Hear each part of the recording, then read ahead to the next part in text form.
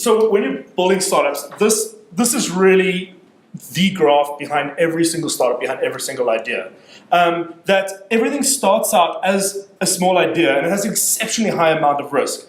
And your job is to move along this line, the x-axis of reducing the risk. And as you reduce the risk, you increase your valuation. That's how you create value.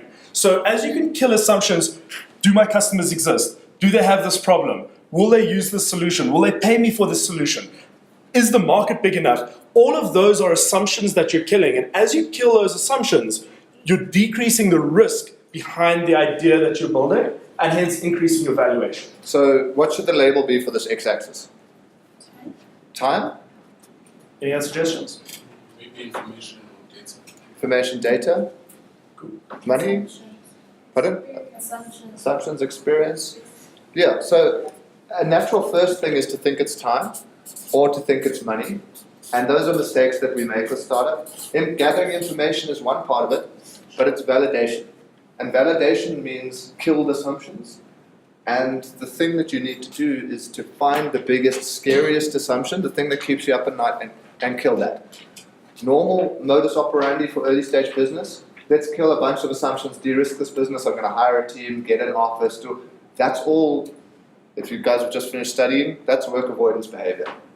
You know, that's, I'm not going to do the hard stuff that keeps me up at night. Will people buy cheese on a stick delivered by a drone? Oh, I need a team, I need product, and all of this stuff. Office, yeah. Yes, you do a little bit of validation. You know, you show you can hire, you show you can manage.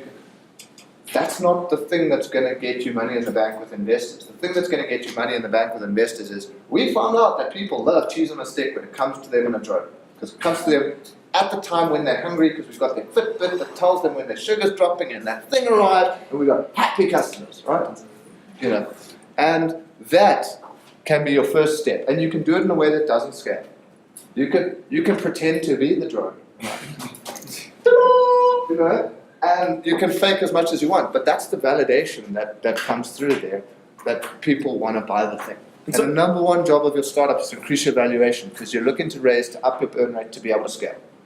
And a lot of this has come from where people used to think, or in a corporate setting, you design this massive product, you spend all this money, you try and build all these other things without removing your biggest assumption first. And when it fails, they write off a couple of $100 million just for the sake of it. Now, as a startup, that's a very difficult thing to do. And specifically, if you're going to need funding to grow and scale, you're probably going to have to raise that externally from other people. So if you go to someone and say, this is my great business plan, I just need to build this factory and hire 100 people and do all this thing, but you haven't actually done anything, it's going to be very difficult to get that money. Whereas if you can go to them and say, I did this from my kitchen, I built this, I've sold 3,000 of them from my kitchen, I now need a small amount of money to just move into a garage and hire 2 more people and do this and sell the next 10,000. That becomes a very easy thing to fund, and it means that you're going to get the right kind of funding at the right stages. Because one of the things that kills startups most often is getting the wrong funding at the wrong time. Either no funding or too much. And they build the wrong thing, they go off in the wrong, and why too much money is a bad thing is because when you build too much, you lose the focus on learning. And so you lose the identity of, are you on the right track? And so if you have too much money, you can run for years down a certain path, only to realize that actually customer doesn't have that problem. And you're kind of running, that batch size is so big that you're running a lot of experiments at the same time. You just don't know what you're running and you don't know what you're doing.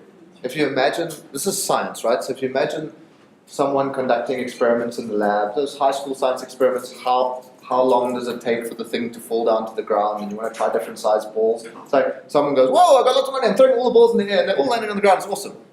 Whoa.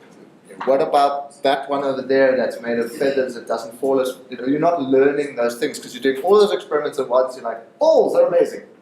And look at all the balls I've bought, I'm so smart, I've got beach balls and these things, and we're doing all this stuff. And whereas if you had enough to do one, you'd then figure out how that thing works, and then you could do another one. And so a temporary organization in search of a scalable business model is exactly that. It's a learning organization.